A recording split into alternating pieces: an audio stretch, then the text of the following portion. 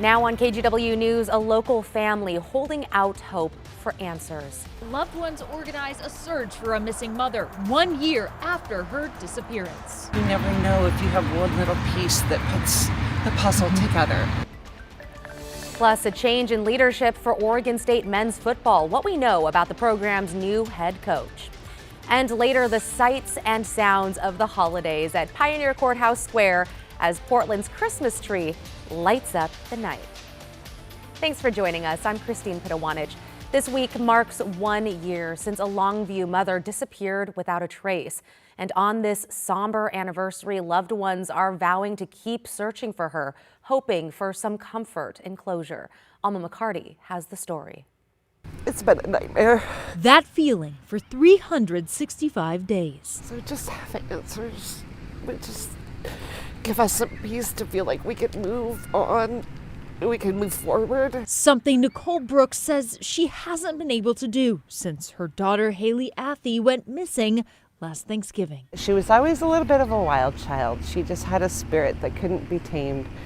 You know, if you talk to anyone who knew Haley, Haley was a loving, fun, fiercely loyal friend. As a friend and a mother, it wasn't like her not to check in, despite her struggles with mental health and addiction. Haley never would have walked away from her children. Which is why, after weeks with no contact, her family and friends filed a missing persons report with the Cowlitz County Sheriff's Office. Her family tells us that Haley was last seen in the Rose Valley area, and this is the spot that folks will meet up on Saturday morning to then go out and look for her. From here, the search party will head up into the hills. You know, we've been pleading so much for people to come forward because in this area, if you look, you know, at the horizon, all you see are hills.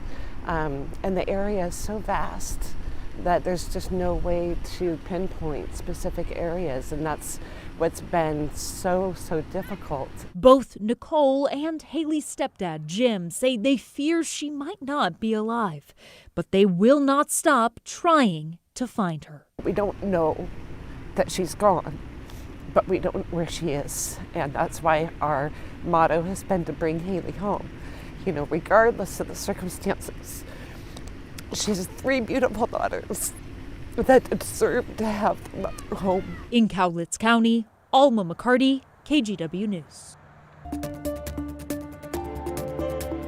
A Beaverton community is rallying to support a longtime resident who was recently detained and deported to Mexico. We're told Paulino Martin is an undocumented father of 3 who's lived in Oregon for more than 30 years, working in construction as a licensed handyman. His family says last week ICE agents stopped and detained Martin. Within 3 days, he was moved from Tacoma to Arizona, then deported to Mexico.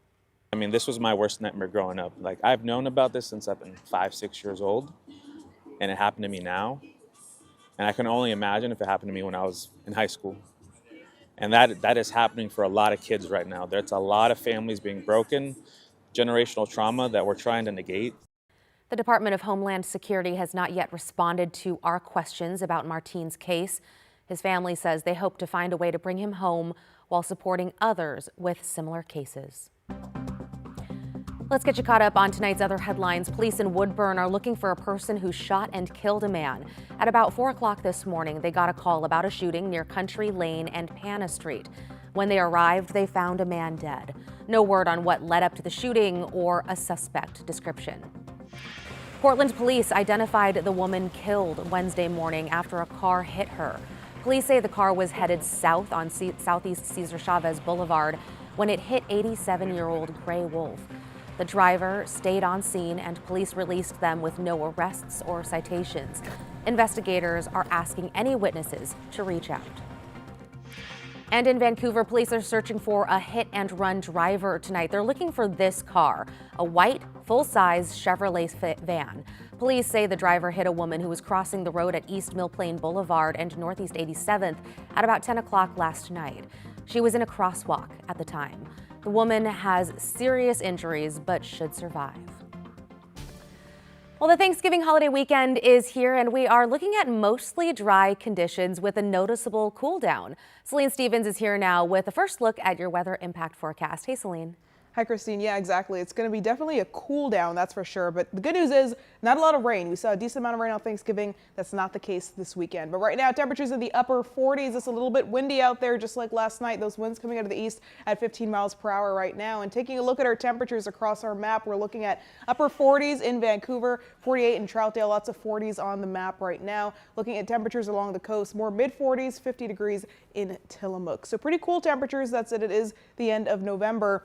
Looking at rainfall totals for today, yesterday we saw almost around half an inch of rain, yet today not so much. We saw some rain early this morning, but we didn't even hit a tenth of an inch here in Portland or in Hillsborough or in Vancouver. It was really just light sprinkles this morning along the coast. The only place that hit a little over a tenth was Newport. And so good news, we're going to start turning on a bit of a dry pattern for the most part. Looking at Saturday, we're going to be mostly cloudy. We do have a slight chance of seeing some evening rain, but really it would just be light sprinkles if that. At this point, it'll be the cool temperatures that we're looking at. Lows in the low 40s. We get to Sunday, that's the good day. We're going to have a cold morning, but we are going to see a little bit of sunshine.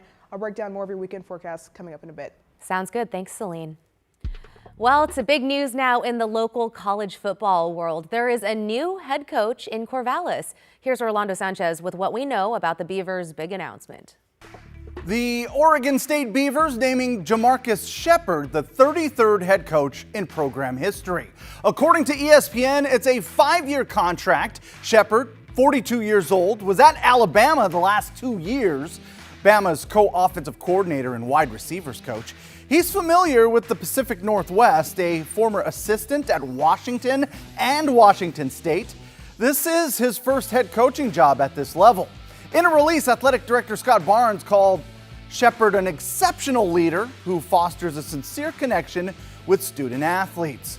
Shepard said, quote, "We'll build a culture rooted in toughness, integrity, and relentless effort. I'm excited to get to work to write the next great chapter of Beaver football."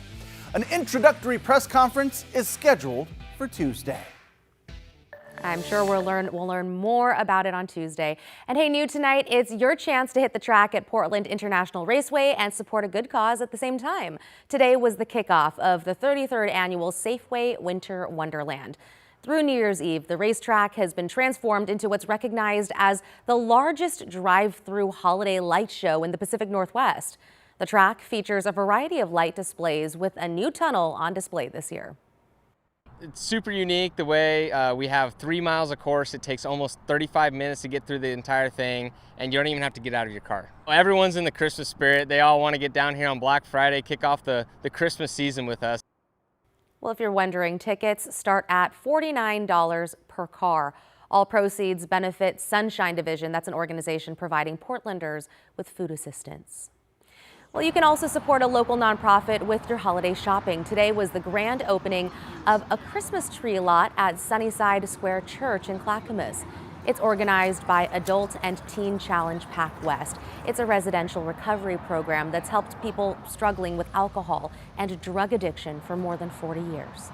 So we rely solely on like outside sources to help us fund our program in order to keep it running. So this is one of the ways that we do that. I'm a success story of the ministry, and it's just a blessing that I get to be out here and give back now and serve the community.